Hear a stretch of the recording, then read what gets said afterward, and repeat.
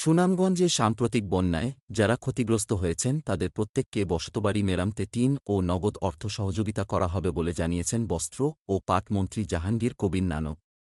আজ মঙ্গলবার দুপুরে জেলার তাহিরপুর উপজেলায় বন্যায় ক্ষতিগ্রস্ত পরিবারের মধ্যে ত্রাণ বিতরণ করতে এসে তিনি এসব কথা বলেন। এ সময় সাংবাদিকদের প্রশ্নের জবাবে মন্ত্রী আরও বলেন, মন্ত্রীকে পাঠিয়েছেন এত এলাকায় আমরা সমস্ত এবং তারপরে দল হিসাবে আমাদের দল পূর্বে এখানে কাজ করেছে, এখন আমরা কেন্দ্রীয়ভাবে এসেছি।